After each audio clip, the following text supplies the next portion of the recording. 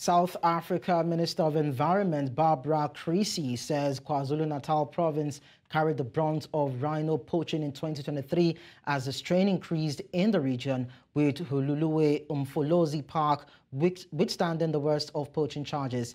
In 2023, 499 rhinos were poached in South Africa, with 406 murdered on state property and 93 on privately owned parks, reserves and farms.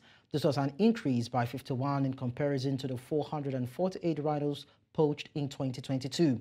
South Africa has about half of the continent's critically endangered black rhino population and the world's largest number of near-threatened white rhinos. Rhinos are hunted for their horns, which are utilized in Eastern Asian countries to make traditional remedies and jewellery.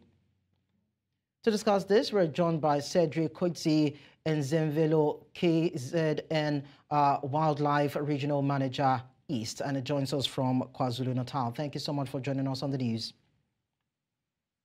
Good afternoon, and good afternoon to your viewers as well. It's a pleasure. Now, KwaZulu Natal has seen a rise in rhino poaching. What could be the main cause, and what measures are being implemented in response to the increase in the poaching, looking at the fact that there was an increase in 2023? Yes, there was an increase in 2023. We've been increasing over the last couple of years. Hluhluwe-iMfolozi Park is in the central Zululand area, which is in the northern part of the South Africa, in the KwaZulu, near the KwaZulu-Mozambique border. And it has a significant rhino population.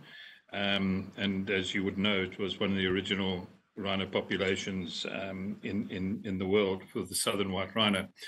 But being a significant rhino population, it's been now targeted by the syndicates that are focusing quite clearly in Hluhluwe-iMfolozi Park because of the rhino there.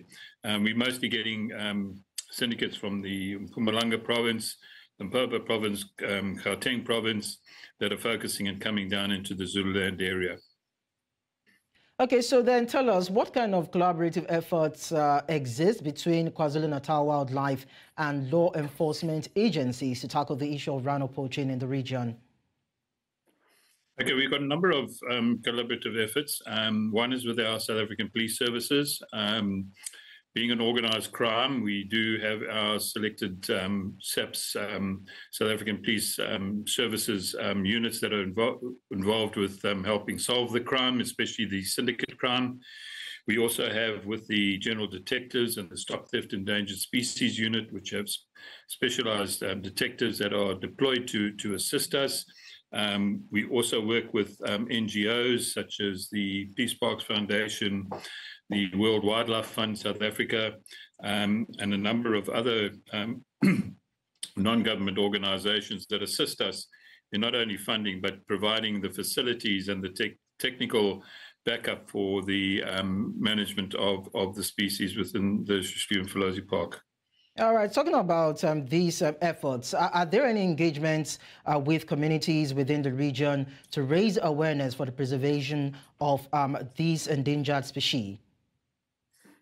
Yes, there is. You know, the communities around Hluhluwe-iMfolozi Park are very, very aware and knowledgeable on their wildlife. You must realize the cultural history that the Mfolozi Game Reserve plays in the Zulu culture.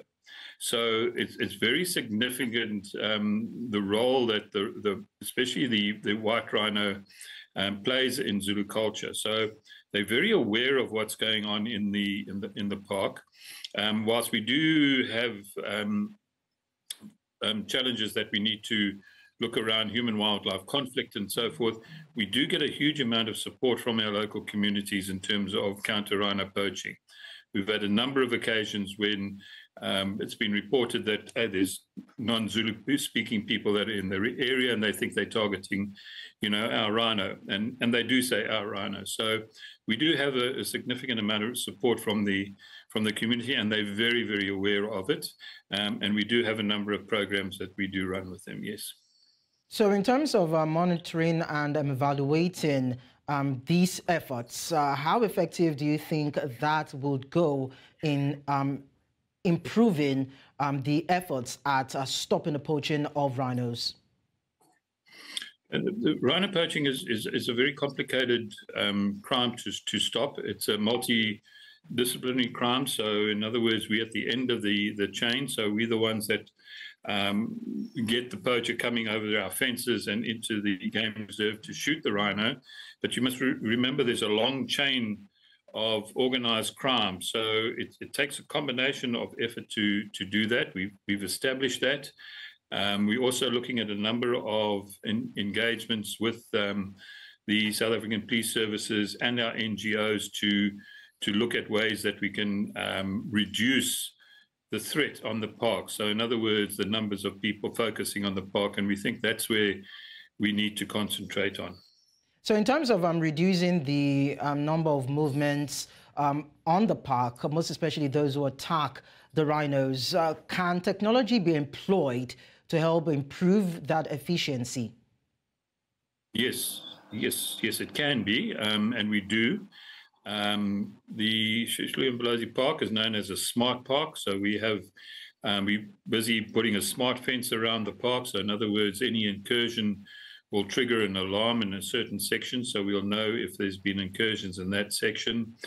We have a LoRa network, which is a low data carrying network that carries cameras that's placed around the park. It also allows for tracking devices to be set up and thing. So we have a number of technologies that we've implemented into the park, and part of it is live. So the majority of our top technology monitors the park live. Cedric Kwazulu, thank you so much for your insights. Thank you.